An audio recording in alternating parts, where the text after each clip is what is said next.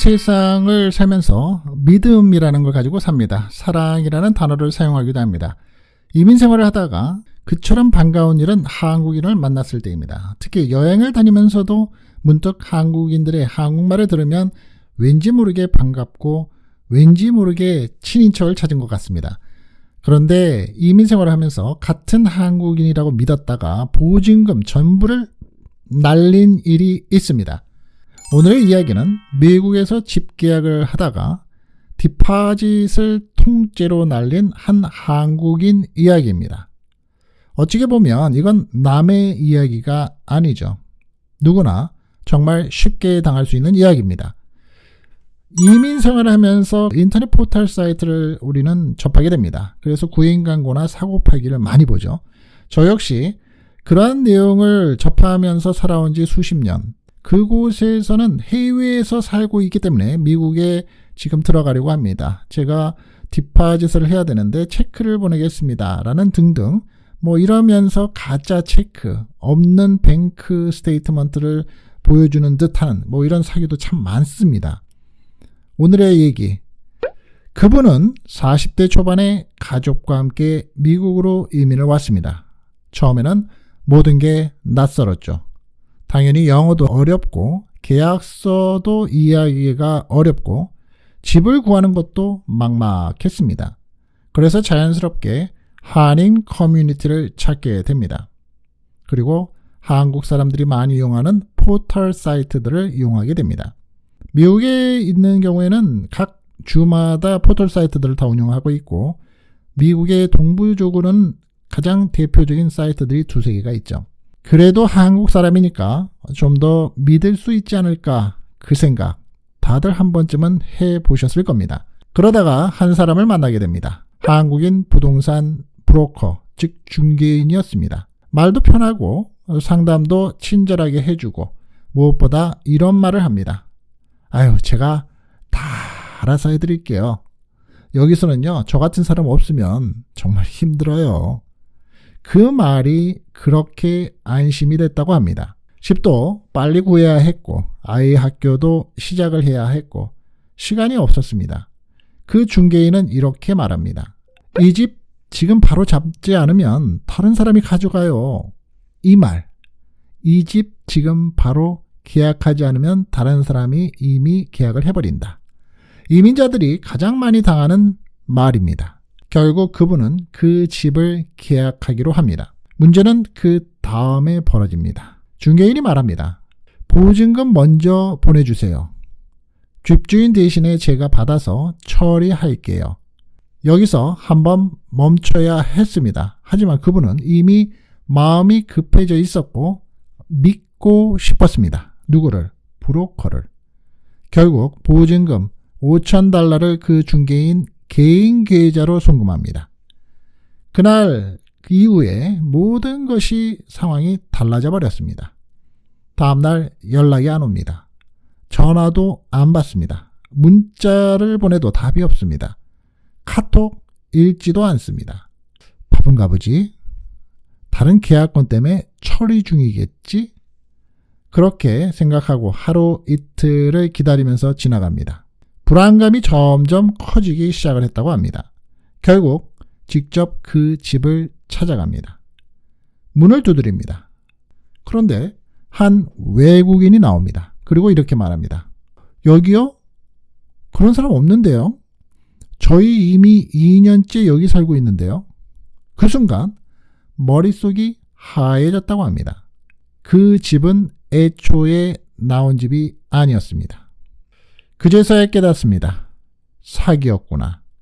경찰에 신고를 합니다. 하지만 현실은 더 차갑습니다. 개인 간 송금이라 회수가 어렵습니다. 증거가 부족합니다. 라고 이 얘기를 듣고 맙니다. 결국 그 돈은 돌려받지 못했습니다. 하지만 더 힘들었던 건 돈이 아니었다고 합니다. 같은 한국인이라서 믿었는데 그 배신감, 미국에서 누군가를 다시 믿는 게 너무 어려워지기 시작을 했다고 합니다. 그 이후로 그분은 모든 걸 스스로 하기 시작합니다. 계약서도 직접 읽고 집주인도 직접 만나고 모든 걸 확인합니다. 그리고 나중에 이런 말을 합니다. 그때 돈은 잃었지만 이제는 절대 안 당합니다.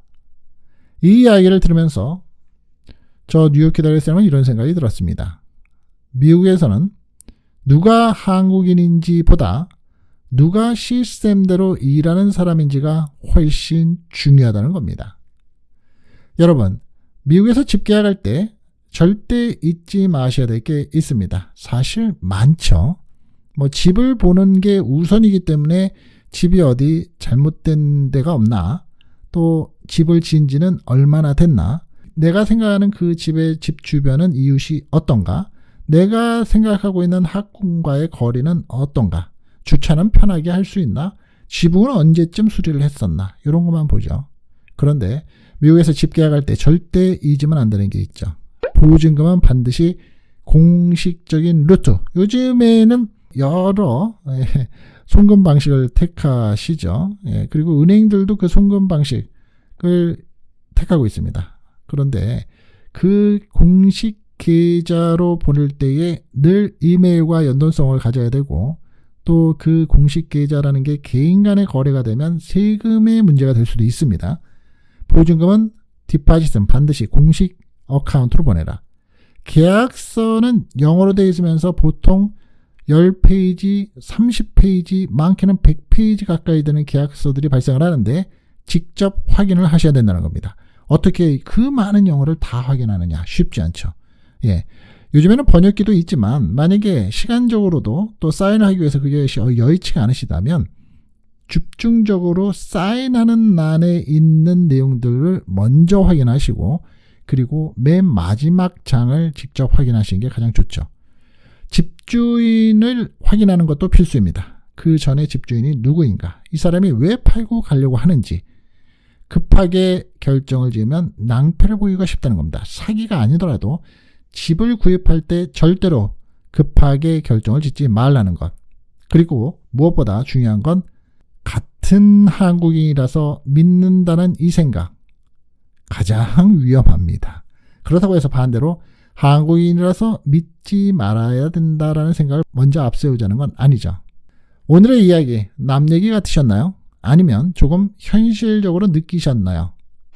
이민 생활은 정보의 싸움입니다. 그리고 한 번의 실수가 몇 년을 좌우하고 혹은 몇 년을 무너뜨릴 수도 있습니다. 우리 시청하시는 분은, 또 준비하시는 분이 계시다면 여러분은 절대로 이런 일 겪지 않으셨으면 좋겠습니다. 지금까지 뉴욕 키더리 쌤이었습니다. 구독, 알림 설정, 좋아요 함께 해주시기 바랍니다. 다음 시간에 뵙겠습니다. 감사합니다.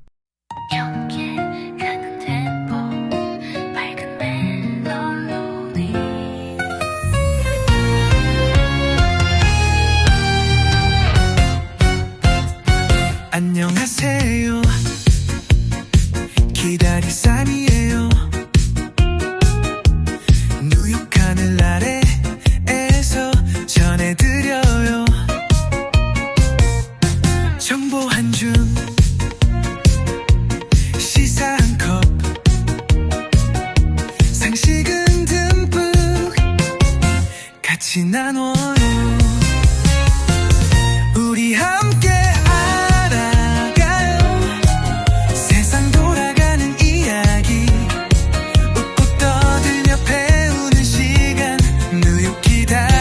과 함께해요. 비행기 탈 때 궁금했던 거, 미국 운전할 때 조심할 점 쏙쏙 알려주는 친절한 쌤. 구독 누르면 다 챙겨드려요. 우리 함께 알아가요. 세상 돌아가는 이야기. 오늘도 똑똑해지는 시간, 뉴욕 기다리 쌤과 함께해요.